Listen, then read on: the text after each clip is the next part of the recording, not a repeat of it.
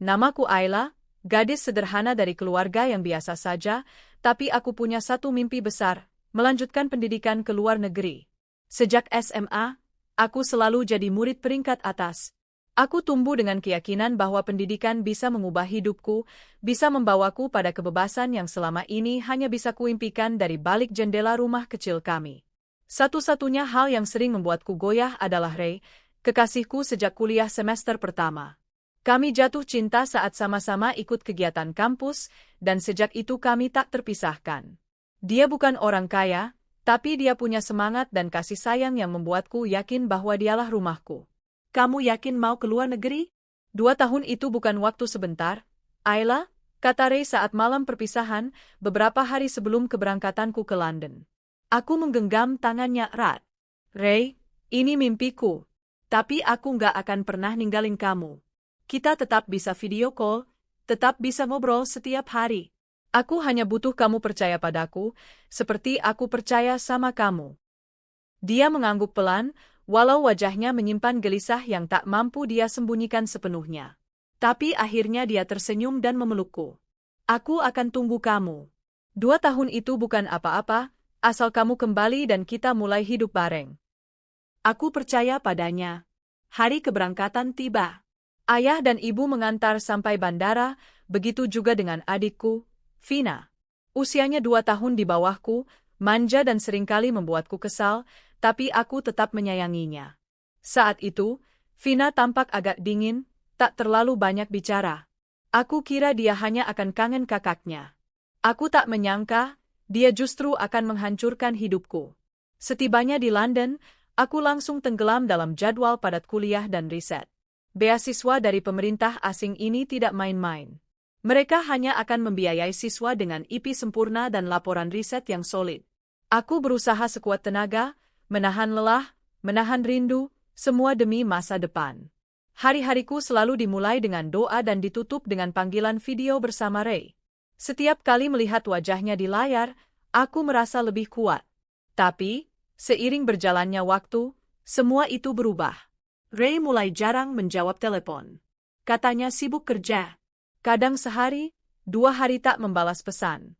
Aku menenangkan diri, mencoba memahami. Aku tak mau berprasangka. Kami sudah bersama 10 tahun, mana mungkin dia berubah begitu saja? Aku cuma kangen kamu, Ray. Maaf kalau aku bawel, kataku suatu malam, saat akhirnya dia menjawab panggilan setelah 3 hari. Ray hanya tertawa kecil.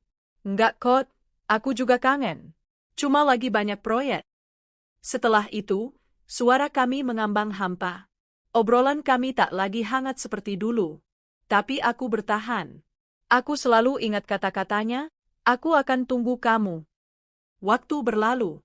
2 tahun hampir selesai. Aku berhasil meraih gelar master dengan predikat cum laude. Bahkan aku ditawari kerja oleh dosen pembimbingku di sebuah lembaga riset. Tapi aku menolak. Hatiku sudah bulat. Aku ingin pulang, membangun karir di negeriku sendiri, dan memulai hidup bersama Ray, seperti yang dulu kami impikan. Aku tak memberitahu siapapun tentang kepulanganku. Aku ingin memberi kejutan. Aku bayangkan betapa senangnya Ray melihatku datang tiba-tiba.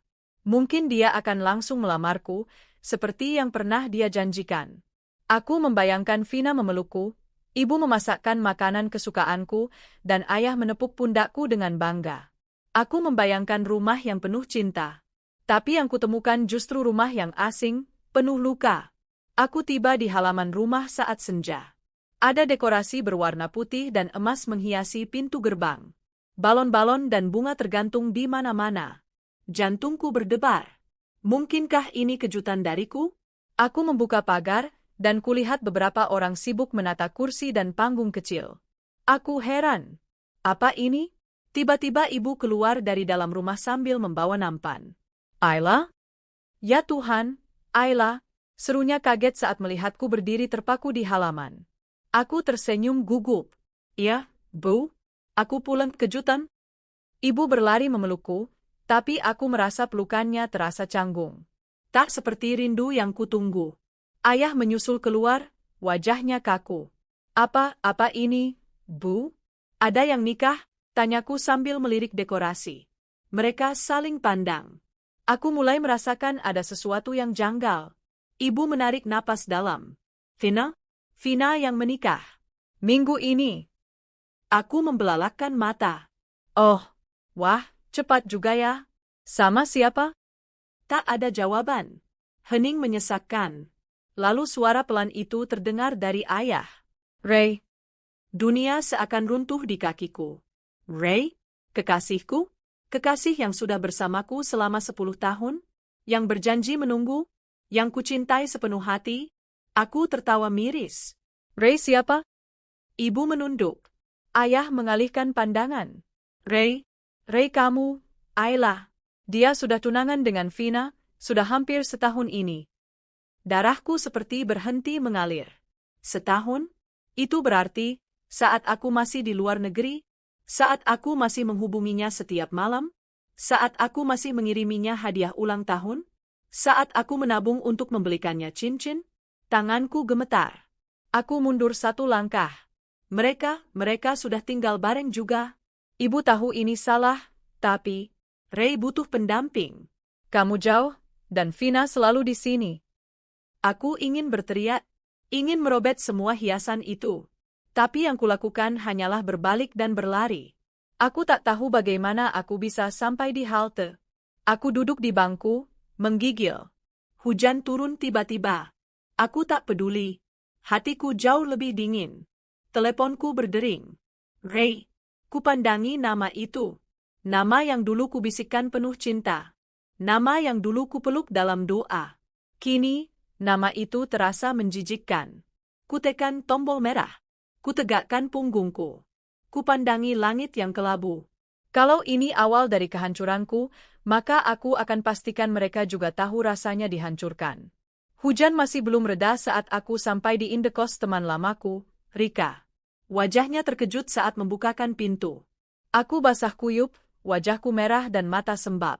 Tapi aku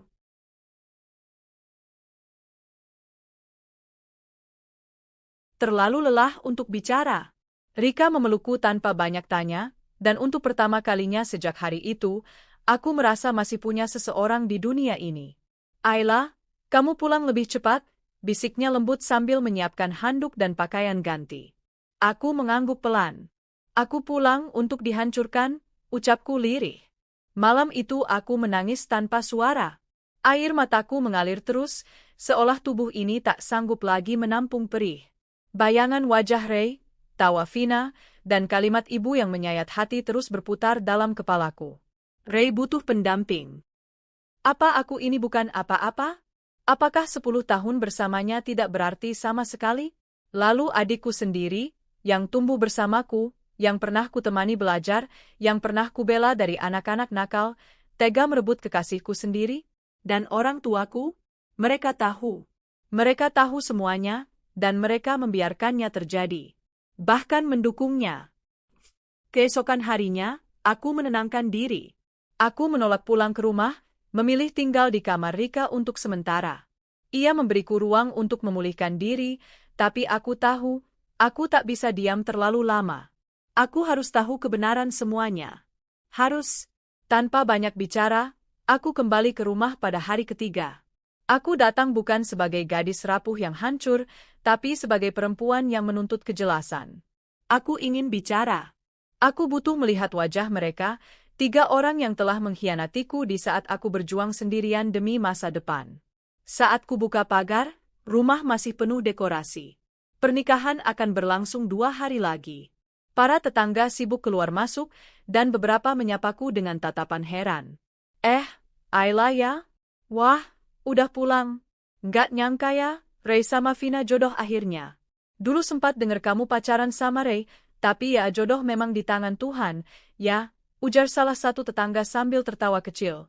Aku hanya tersenyum kaku. Dalam hatiku, aku berteriak, jodoh?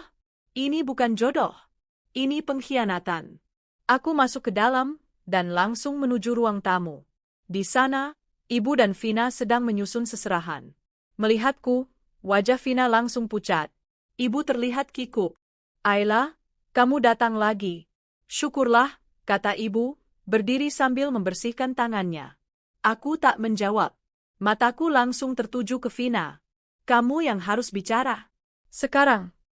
Vina membuka mulut, tapi tak ada suara. Wajahnya merah padam, matanya menghindari tatapanku. Aku menahan amarah, berusaha tetap tenang. Aku tidak ingin meledak, aku ingin mereka mengaku. Apa kalian sudah jadian sejak aku di London? Tanyaku tajam. Ibu berusaha menyela. Nak, jangan salah paham dulu. Jawab, Vina, bentakku. Vina menggigit bibirnya, lalu akhirnya bicara pelan. Awalnya kami cuma sering ketemu karena kamu jarang komunikasi, aku cuma pengen bantu jaga dia, terus kami mulai saling nyaman. Nyaman? Aku tertawa getir. Kalian nyaman menghancurkan orang lain. Kau tahu betapa aku bekerja keras siang malam demi masa depan? Demi aku dan Ray? Vina menunduk, tapi aku belum selesai. Aku menoleh ke ibu. Dan kalian? Ayah dan ibu? Kalian tahu dan tetap biarkan ini terjadi. Ibu menghela napas. Kamu terlalu jauh, Ayla. Kamu sibuk. Sementara Ray dan Vina dekat. Kami hanya ingin semua bahagia. Semua? Aku menunjuk dada sendiri. Termasuk aku. Ibu terdiam. Tidak ada jawaban. Aku keluar dari rumah dengan perasaan jauh lebih dingin. Di teras, aku berpapasan dengan Ray. Ia datang sambil membawa map berisi surat-surat pernikahan. Wajahnya kaget melihatku. Ia menatapku, bingung. Ayla? Lama tak jumpa, ucapku dingin. Ray tersenyum kaku. Aku mau jelasin. Jangan. Aku cuma mau tahu satu hal. Saat kamu masih terima telepon dariku, saat kamu masih bilang, sayang, kamu sudah tidur dengan adikku. Ray membeku. Bibirnya terbuka, tapi tak ada kata yang keluar. Itu cukup sebagai jawaban. Aku melangkah pergi. Hari itu aku bersumpah. Aku tidak akan memohon untuk cinta yang tak setia. Tapi aku akan pastikan kalian tahu siapa yang kalian remehkan. Seminggu setelah itu, aku mulai bangkit. Aku melamar ke perusahaan internasional tempat aku pernah magang sebelum berangkat ke luar negeri. Bekal ijazah cum laude dari Inggris dan rekomendasi langsung dari dosenku membuat semua proses berjalan cepat. Dalam waktu 3 minggu, aku resmi diterima sebagai manajer operasional cabang Jakarta. Kantor utamanya ada di Singapura, tapi seluruh pengelolaan proyek Indonesia dipegang oleh kantor ini. Kagetnya aku, saat HRD menyebut bahwa 2 staf yang akan jadi bawahanku langsung adalah Ray dan Vina. Awalnya aku ingin menolak, tapi kemudian aku sadar, ini bukan kebetulan. Ini kesempatan. Terima kasih. Saya akan mulai kerja pekan depan, kataku mantap. Hari pertamaku di kantor, aku datang lebih awal. Mengenakan setelan blazer warna navy, rambut disanggul rapi, dan wajah siap tempur. Saat aku masuk ke ruang rapat pagi, semua staf menatapku kagum. Tapi ada 2 wajah yang memucat, Ray dan Vina. Mereka berdiri dengan kaku, tak percaya melihatku berdiri di depan ruangan. Selamat pagi, nama saya Ayla Pramesti. Mulai hari ini, saya adalah Head of Operations di kantor ini. Saya minta kerjasama dan profesionalisme dari semua. Mataku menatap lurus ke arah mereka. Ray dan Vina masih membeku di kursinya. Aku tersenyum kecil. Waktu terasa lambat di kantor hari itu. Setiap detik terasa berat di udara yang tiba-tiba membeku. Meski aku bersikap profesional, suasana di antara kami bertiga tak akan bisa kembali normal. Tidak setelah pengkhianatan itu. Ray duduk di meja kerjanya, pura-pura sibuk membaca laporan. Vina, yang kini memakai nama belakang, Ardian, dari suaminya, menyibukkan diri dengan mengetik sambil sesekali mencuri pandang ke arah ruanganku. Aku tahu mereka panik. Mereka tidak menyangka bahwa aku akan kembali sebagai atasan mereka. Orang yang dulu mereka tinggalkan, kini memegang kendali atas pekerjaan dan masa depan mereka. Lucunya, dulu aku pernah membayangkan punya keluarga harmonis. Aku menikah dengan Ray, Vina jadi pengiring pengantin, ibu memasak di dapur sambil tertawa. Tapi ternyata, mereka semua memilih untuk menusukku dari belakang, menganggap aku hanya bayang-bayang. Sekarang aku bukan bayang-bayang. Aku matahari yang sinarnya menyilaukan, menyakitkan bagi yang tak tahan panas. Siang itu, Aku meminta seluruh tim untuk masuk ke ruang meeting. Beberapa staf terlihat antusias. Ini kali pertama mereka punya atasan baru setelah sebelumnya posisi ini kosong selama beberapa bulan. Baik, kita mulai, ujarku tegas. Saya ingin review hasil pekerjaan 2 bulan terakhir sebelum saya masuk. Kita mulai dari tim keuangan. Vina, kamu yang pimpin laporan. Vina berdiri gugup. Tangannya gemetar saat membuka slide presentasi. Saya akan mulai dari laporan pengeluaran bulan Mei. Nada suaranya goyah. Aku menatapnya tajam. Lanjut. Dia terus membaca, tapi datanya berantakan. Ada kesalahan jumlah, salah input, bahkan ada satu transaksi yang tak jelas tujuannya.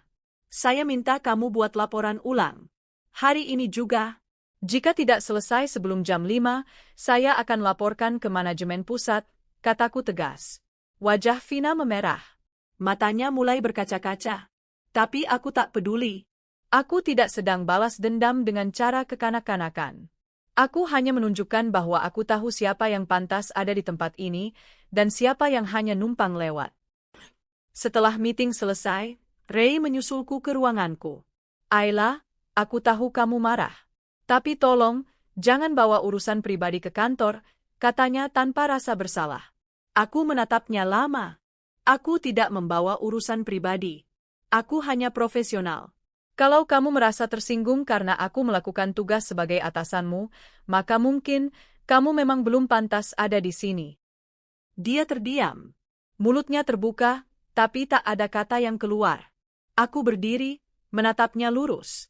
Dan satu lagi, Ray, aku bukan Ayla yang dulu. Ayla yang kamu tinggalkan di tengah jalan. Sekarang, aku bisa memecatmu kalau kau bekerja dengan setengah hati.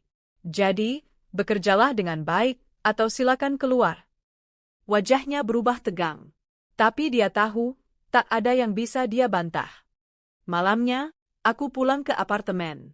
Rika menyambutku dengan senyum lebar. Kamu benar-benar bikin kejutan, Ayla. Gila, jadi bos dari mantan dan adik yang rebut dia? Itu sinetron level dewa, katanya sambil tertawa.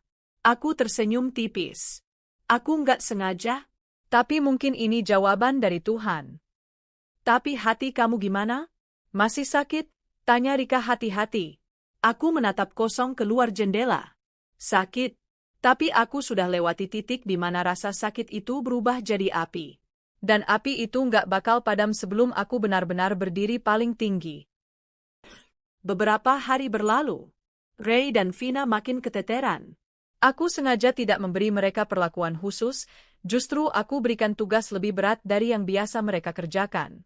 Bukan untuk menyiksa, tapi agar mereka sadar, dunia tidak akan selalu berpihak pada mereka.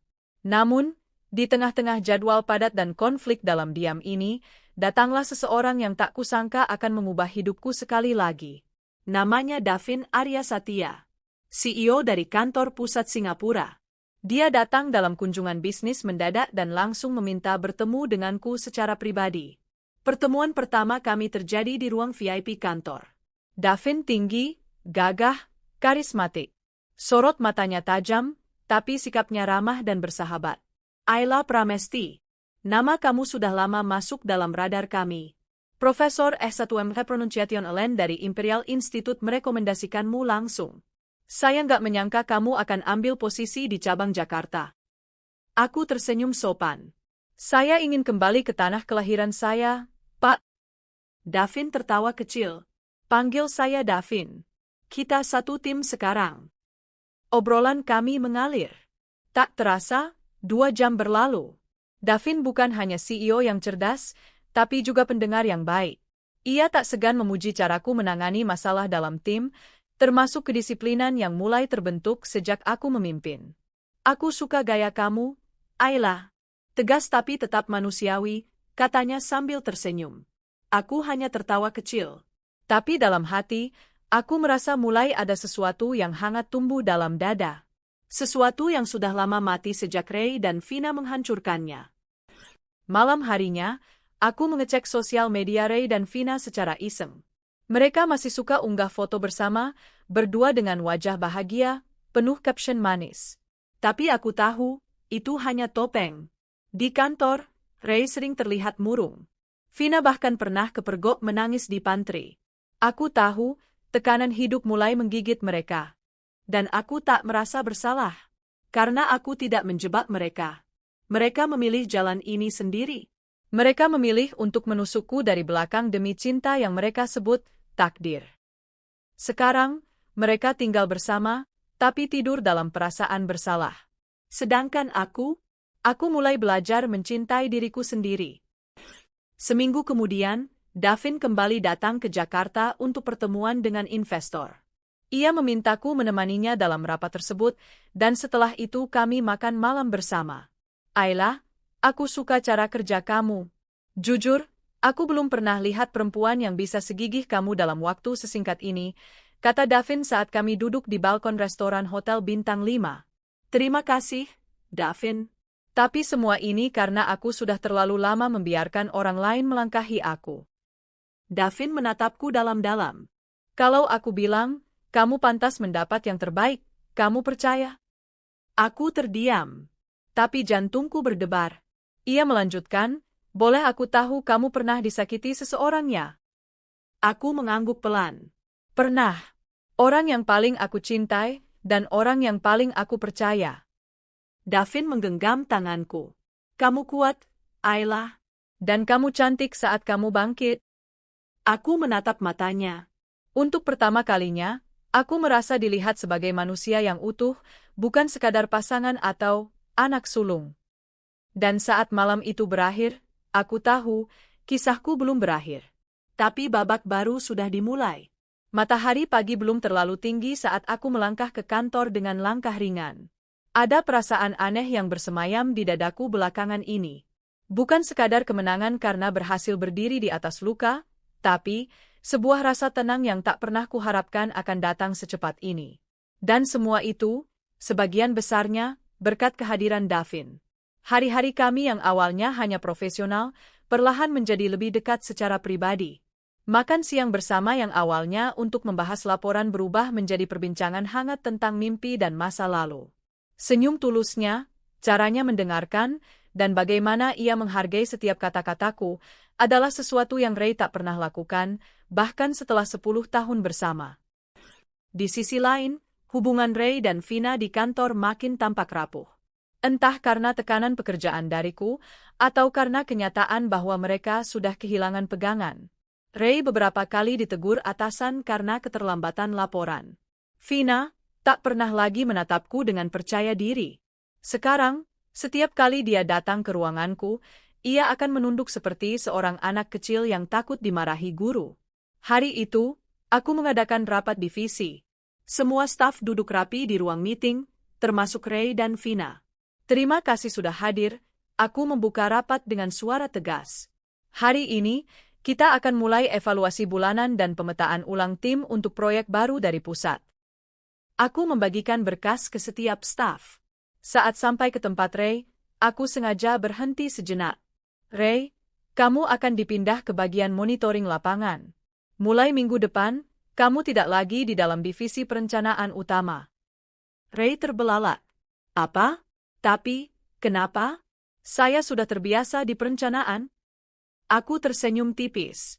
Justru karena kamu terlalu nyaman di sana. Kita butuh tantangan baru, kan? Wajahnya menegang. Ia tahu, semua tahu, aku sedang menyingkirkannya secara perlahan. Tak berhenti di situ, aku mengalihkan pandangan ke Vina.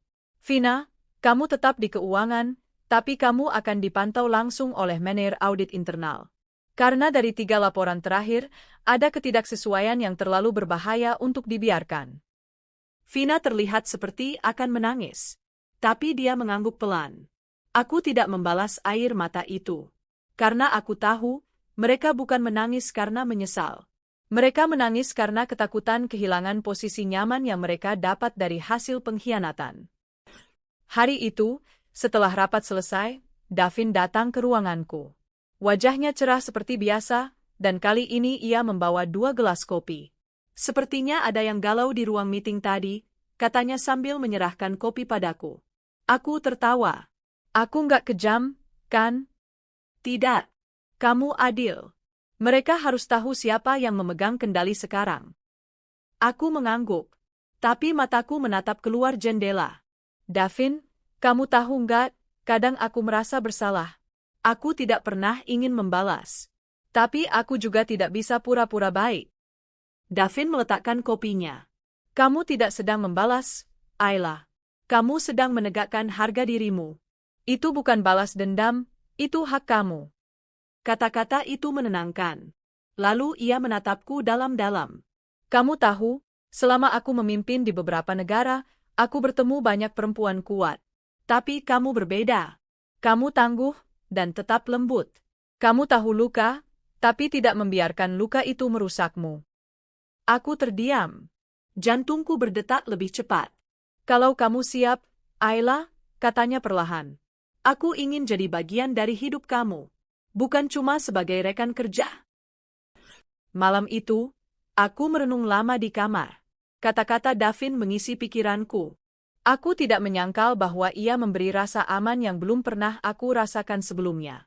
Tapi ada bagian dalam diriku yang masih trauma, yang takut jika semua ini hanya tipuan baru dari dunia yang kejam. Namun, ketika aku mengingat tatapan Ray, dingin, penuh kebohongan, dan membandingkannya dengan Davin yang selalu memandangku seperti aku adalah dunia yang ingin ia jaga, aku tahu, aku pantas bahagia. Esoknya, sebuah kabar masuk ke email resmi perusahaan. Vina sedang diselidiki oleh tim audit karena dugaan manipulasi data. Aku terdiam saat membacanya. Aku sempat ingin membela adikku. Tapi kemudian aku ingat, ia tidak pernah membela aku. Bahkan ketika aku dikhianati olehnya. Tim audit akhirnya mengungkap bahwa ada dana perusahaan yang ditarik atas nama fiktif selama 2 bulan terakhir. Jumlahnya tidak besar, tapi cukup untuk membuat nama Vina tercoreng. Ia diskors dari pekerjaannya untuk sementara waktu. Sementara itu, Ray, seperti kehilangan arah. Tanpa Vina, ia sendirian menghadapi tekanan kerja. Beberapa kali ia terlihat duduk di parkiran kantor, melamun lama. Dulu, aku mungkin akan mendatanginya, menenangkannya. Tapi sekarang, aku hanya bisa melewatinya, tanpa perasaan. Minggu itu, Davin mengajakku ikut ke gala dinner perusahaan. Ia akan memperkenalkanku sebagai kepala divisi terbaik sepanjang kuartal ini. Kenapa harus aku? Tanyaku malu-malu saat ia menyerahkan undangan VIP. Karena kamu layak. Dan karena aku ingin semua orang tahu siapa wanita yang kini paling aku banggakan, jawabnya dengan senyum yang membuat hatiku kembali berdebar. Saat malam gala tiba, aku mengenakan gaun biru gelap yang elegan. Rambutku disanggul rapi, make-upku lembut tapi tegas. Saat aku melangkah masuk ke aula besar itu, semua mata menoleh. Bahkan aku sendiri hampir tak mengenali bayanganku di cermin. Dan yang paling mengejutkan, Ray dan Vina ternyata hadir. Mereka duduk di meja undangan staf, wajah mereka menegang saat melihatku melangkah masuk bersama Davin, CEO utama, dengan tangan kami saling menggenggam. Davin naik ke panggung. Saya ingin memberikan penghargaan kepada seseorang yang dalam waktu sangat singkat telah membuktikan integritas, kerja keras, dan kemampuan luar biasa. Wanita ini bukan hanya inspirasi bagi divisinya, tapi juga bagi saya secara pribadi. Lalu ia menoleh padaku dan berkata, Ayla Pramesti, will you be mine? Suara hadirin bertepuk tangan. Semua sorotan kamera tertuju padaku.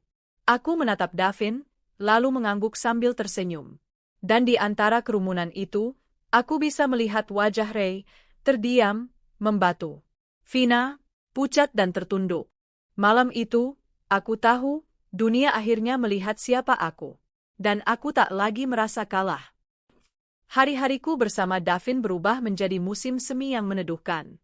Bukan karena dia sempurna, tapi karena dia hadir di saat yang tepat, ketika aku hampir menyerah percaya pada cinta dan keadilan. Setiap pagi saat aku melangkah ke kantor, aku tak lagi membawa beban masa lalu.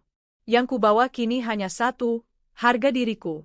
Namun, angin tak selamanya sejuk. Beberapa hari setelah gala dinner, aku dipanggil oleh Direktur Utama Holding Pusat. Sebuah undangan rapat tertutup di gedung pusat yang terletak di Jakarta membuat jantungku berdebar. Davin tersenyum saat aku menunjukkan email itu padanya. Itu kabar baik, Ayla. Mungkin waktunya kamu naik lebih tinggi lagi. Aku belum pernah membayangkan duduk di tingkat atas perusahaan. Aku menatapnya ragu. Aku hanya ingin bekerja dengan tenang. Tapi dunia sudah melihat nilaimu. Dan tidak semua orang bisa mendapat kesempatan ini, katanya lembut. Dengan doa dan harapan, aku berangkat ke Jakarta. Gedung pusat tampak megah. Di ruang rapat besar, aku duduk bersama beberapa petinggi dari berbagai cabang. Saat direktur utama berdiri, semua hadirin langsung hening. Kita sedang mempersiapkan proyek nasional di sektor pengembangan industri hijau. Dan setelah diskusi panjang, kami memutuskan menunjuk satu nama untuk menjadi pemimpin proyek ini. Aku menunduk, tak menyangka bahwa nama itu akan keluar dari mulut beliau. Ayla Pramesti. Seketika, semua mata tertuju padaku. Aku terdiam. Seolah suara-suara di ruangan itu menjauh, digantikan dengan suara-suara masa laluku. Perempuan miskin itu nggak akan kemana-mana. Mana bisa Ayla saingi aku? Dia cuma mimpi jadi wanita sukses. Dan kini, aku berdiri di tempat yang bahkan tak berani aku impikan 10 tahun lalu. Aku berdiri perlahan, memberikan anggukan hormat. Saya terima tanggung jawab ini, ucapku dengan suara mantap. Hari-hari setelah penunjukan itu penuh kesibukan. Aku menjadi pusat perhatian. Media internal perusahaan mulai memberitakan keberhasilanku. Namaku sering muncul di grup-grup perusahaan dengan gelar perempuan inspiratif dari daerah, kini memimpin proyek nasional. Namun bersamaan dengan itu, masalah baru mencuat. Tim HRD menemukan dokumen-dokumen keuangan yang ditandatangani oleh Ray dan Vina, dokumen lama yang mencurigakan. Aku tahu mereka sedang dalam penyelidikan, tapi aku tidak menyangka kasus mereka akan sampai ke pusat.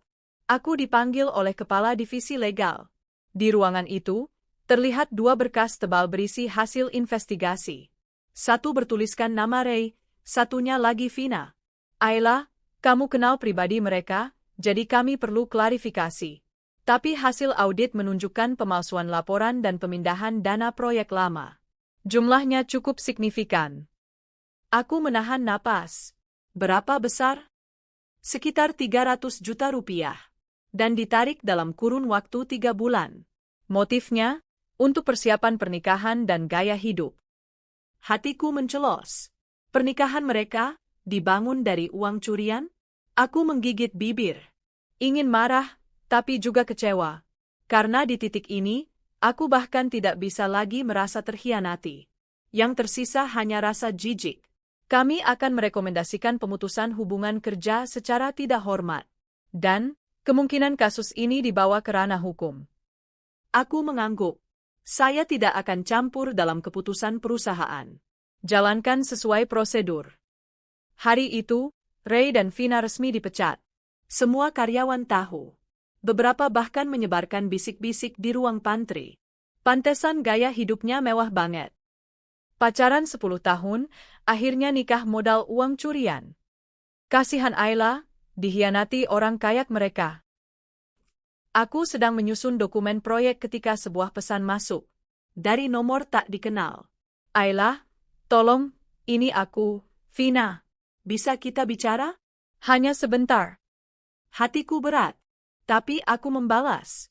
Besok jam 10 pagi. Kafe dekat kantor. Saat aku tiba, Vina sudah duduk. Ia tampak berbeda, kusut, lelah, dan matanya sembab. Tak ada lagi sisa-sisa adik manja yang dulu suka menyindirku saat aku pulang dengan koper beasiswa. Ayla, suaranya bergetar. Aku nggak tahu harus mulai dari mana. Tapi aku mohon, jangan biarkan aku di penjara. Aku hamil. Kata itu membuatku tertegun. Hamil? Ia mengangguk cepat. 4 minggu. Aku baru tahu kemarin. Ray juga baru tahu. Kami panik. Kami hanya ingin hidup bahagia. Aku mencengkeram gelas kopiku. Bahagia dari uang curian. Aku nggak tahu Ray ambil uang perusahaan. Aku pikir dia pinjam dari temannya. Aku juga salah, aku terlalu percaya. Aku menahan diri agar tidak berteriak. Setelah semua yang kamu ambil dariku, kamu datang sekarang, minta maaf, karena kamu takut masuk penjara? Vina menangis. Aku bukan minta maaf untuk dimaafkan. Aku minta tolong sebagai adikmu. Tolong, Ayla? Aku menunduk. Dalam diriku, masih ada sisa-sisa kasih sayang masa kecil. Tapi terlalu banyak luka yang belum sembuh. Aku akan pertimbangkan. Tapi bukan karena kamu adikku. Tapi karena aku kasihan pada bayi yang bahkan belum lahir. Lalu aku berdiri dan pergi. Hari-hari berikutnya, aku disibukkan dengan rapat-rapat bersama kementerian. Proyek nasional ini akan berjalan selama 2 tahun, dan aku menjadi koordinator lintas daerah. Tekanan luar biasa, tapi aku merasa hidupku akhirnya berarti. Di sela kesibukan, Davin tetap menjadi pelindung yang lembut. Ia selalu ada, selalu memastikan aku makan tepat waktu, istirahat cukup, dan tersenyum setiap hari. Suatu malam, setelah rapat panjang, ia mengajakku makan malam di rooftop hotel. Ayla, katanya pelan. Aku tahu kamu sedang dalam pusaran kekuatan yang luar biasa. Tapi aku ingin kamu tahu, kamu nggak sendiri. Aku tersenyum. Aku merasa kuat karena kamu ada. Ia menggenggam tanganku. Dan aku ingin selamanya ada. Davin lalu berlutut. Mengeluarkan sebuah kotak bludru kecil. Will you marry me, Ayla Pramesti? Aku menutup mulutku, terkejut dan terharu. Dunia terasa berhenti sesaat. Semua luka, pengkhianatan, air mata, seolah diganti oleh satu kalimat yang penuh ketulusan ini. Aku mengangguk. Yes. Malam itu, aku menatap bintang di langit. Sambil tersenyum, aku berbisik dalam hati. Aku tak pernah membalas dengan kebencian, aku hanya berdiri, lebih tinggi dari yang mereka sangka. Dan itu sudah cukup menjadi jawaban atas semua luka. Hari pernikahanku dan Davin tiba lebih cepat dari yang kukira. Tanpa pesta mewah dan undangan ribuan, kami hanya menggelar akad sederhana di sebuah villa pribadi milik keluarga Davin. Semua terasa intim, tenang, dan hangat. Aku mengenakan kebaya putih dengan sulaman tangan khas daerah, seperti yang pernah aku impikan sejak kecil. Di cermin, aku hampir tak mengenali diriku. Wajahku tak lagi muram seperti dulu. Sorot mataku tenang, penuh percaya diri. Saat ayah Davin menggandengku menuju tempat akad, hatiku bergetar. Tak ada satupun keluargaku yang hadir. Bukan karena tidak diundang, tapi karena aku memilih untuk tidak memberitahu mereka. Cukup sudah. Hari itu adalah milikku. Milik kami. Bukan untuk mereka yang pernah menjatuhkanku, menghancurkan hatiku, dan mempermainkan kepercayaanku. Dengan mas kawin berupa logam mulia seberat 50 gram dan 1 set alat salat, saya terima nikahnya Ayla Pramesti. Suara Davin terdengar mantap, bulat, dan penuh cinta. Air mata menetes pelan. Bukan karena sedih. Tapi karena aku tahu, aku telah menemukan rumah. Bukan rumah berdinding, tapi seseorang yang membuatku merasa utuh meski dunia pernah menelantarkanku. 2 minggu setelah pernikahan, aku kembali ke Jakarta untuk melanjutkan pekerjaan.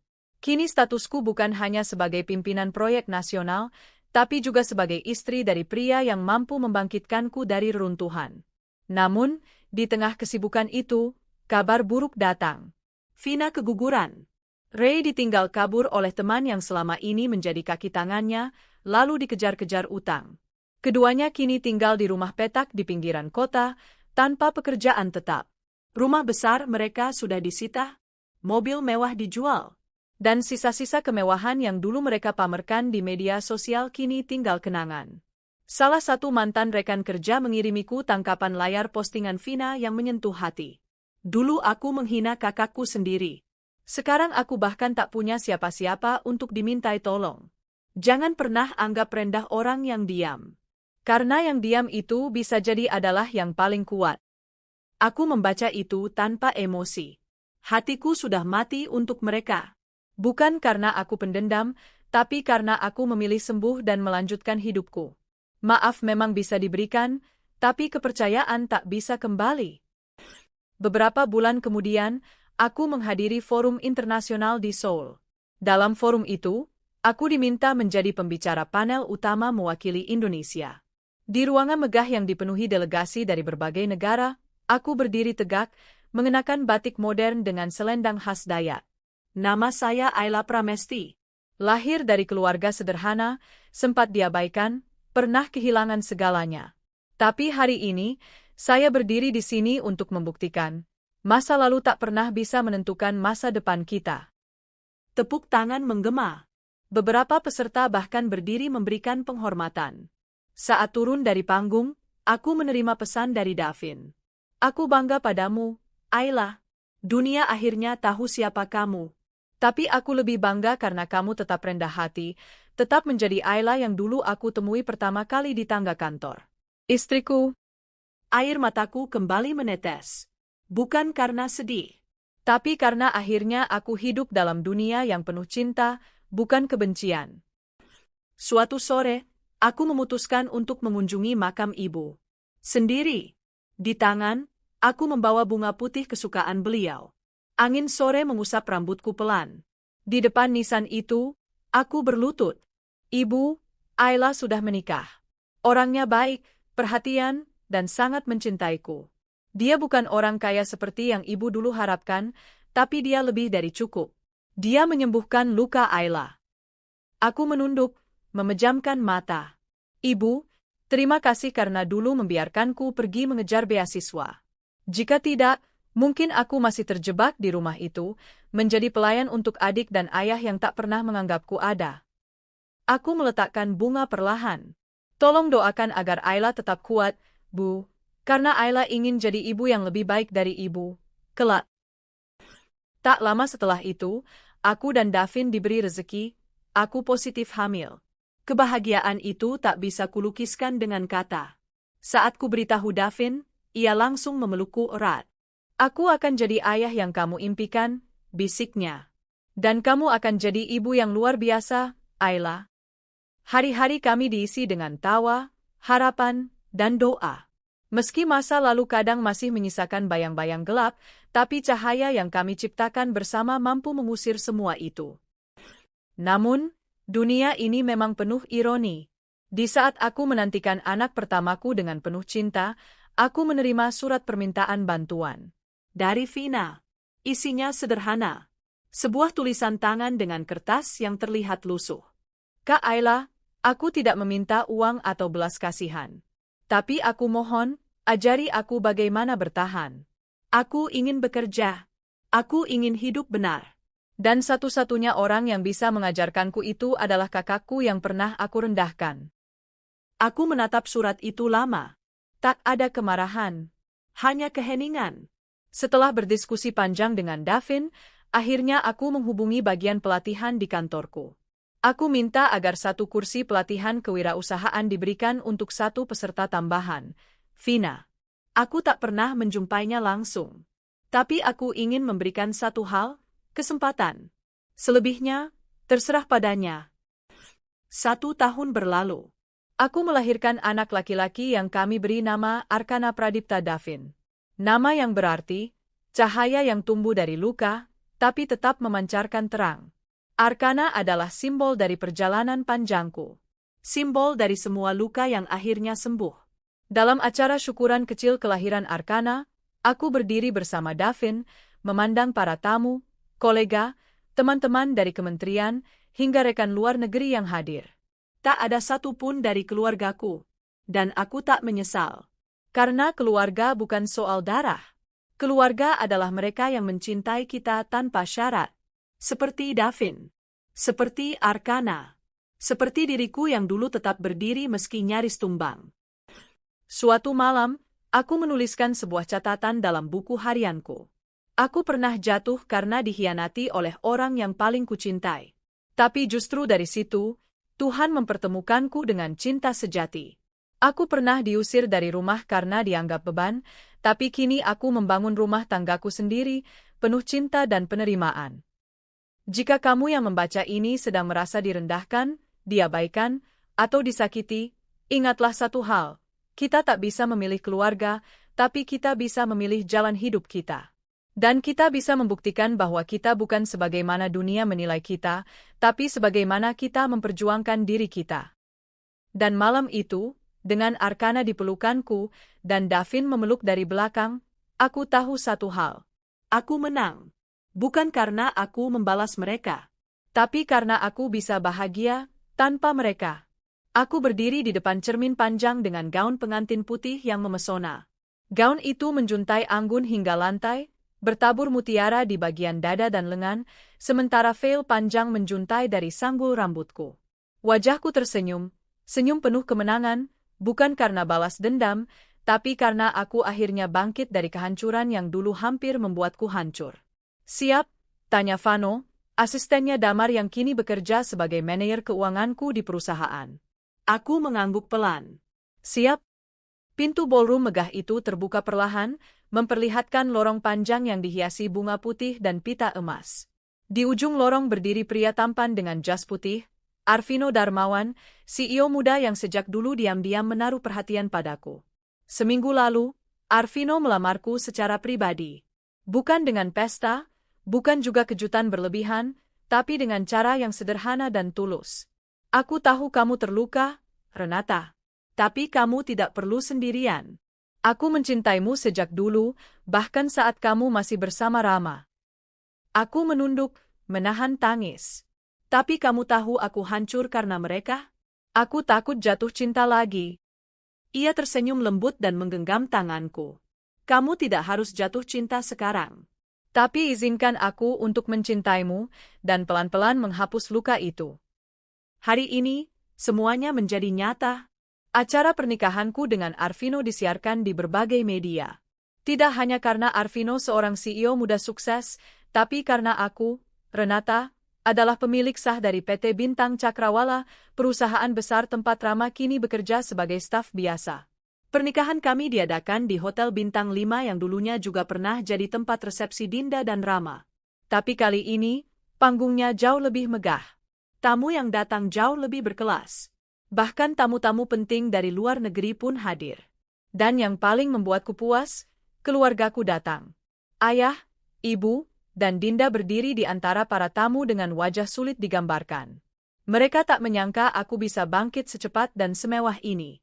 Usai acara, saat aku duduk berdampingan dengan Arvino di pelaminan, aku melihat Rama berdiri mematung di dekat buffet. Wajahnya seperti tak percaya melihat wanita yang dulu ia tinggalkan kini duduk anggun sebagai pengantin wanita dari pria idamannya sendiri. Tak lama, dia mendekat. Aku bisa melihat bagaimana matanya bergetar menahan amarah, penyesalan, dan rasa malu. "Renata," bisiknya pelan. "Kau menikah dengan Arvino?" Aku tersenyum, menatapnya tenang. "Ya, CEO yang dulu kamu kira tak akan pernah menoleh padaku. Pria yang dulu kalian hina karena katanya terlalu sibuk untuk perempuan. Pria yang selalu jadi ancaman bagimu karena kompetensinya." Wajah Rama memucat. Dinda berjalan pelan menghampiri, wajahnya lebih kusut dari biasanya. "Kau sengaja, ya? Sengaja undang kami hanya untuk mempermalukan kami?" Aku tertawa kecil. "Tidak. Aku undang kalian karena ini momen bahagiaku. Dan karena aku tak ingin kalian ketinggalan menyaksikan betapa orang yang kalian hancurkan kini jauh lebih berharga dari yang pernah kalian bayangkan." Ibu ikut maju, menggandeng tangan ayah yang tak bisa menatapku sama sekali. "Nak, kami minta maaf. Ibu salah besar waktu itu. Kami semua menyesal." Aku memejamkan mata sebentar. Dulu aku merindukan pengakuan dan maaf ini. Tapi sekarang, aku tak lagi membutuhkannya. Ayah, Ibu, aku sudah memaafkan kalian. Tapi bukan berarti aku kembali ke pelukan keluarga yang tak pernah memperjuangkanku. Kalian boleh menyaksikan kebahagiaanku, tapi jangan harap kalian bisa kembali mengambil tempat dalam hidupku. Air mata menetes dari mata ibu. Ayah hanya menunduk. Dinda menatapku dengan tatapan penuh rasa sakit. "Aku hancur, Ren. Rama berubah sejak kamu kembali. Dia tak pernah menyentuhku lagi. Bahkan dia sering mengunci diri di kamar, menatap fotomu yang dulu." Aku mengangguk. "Dan kamu tahu rasanya bagaimana?" "Rasanya seperti ditusuk dari belakang oleh orang yang paling kamu percaya. Sekarang kamu baru tahu rasanya." Dinda menangis. Rama menatapku sekali lagi, kali ini dengan mata memerah. "Ren, aku tahu aku salah. Tapi aku masih mencintaimu." Aku tertawa pelan. "Cinta yang kamu campakkan untuk adikku sendiri? Cinta yang kamu hancurkan tanpa ampun saat aku berjuang di luar negeri demi masa depan kita?" Aku berdiri, menarik gaunku perlahan, lalu menatap mereka semua. Aku bahagia sekarang. Dan kalian bisa menyaksikan kebahagiaan ini dari luar saja. Karena tempat kalian di hidupku sudah tidak ada. Aku menggandeng tangan Arvino dan meninggalkan mereka berdiri dengan wajah porak-poranda. 1 tahun berlalu, aku dan Arvino tinggal di rumah tepi danau yang tenang. Setiap pagi kami sarapan bersama, lalu menghabiskan waktu bekerja di kantor pusat.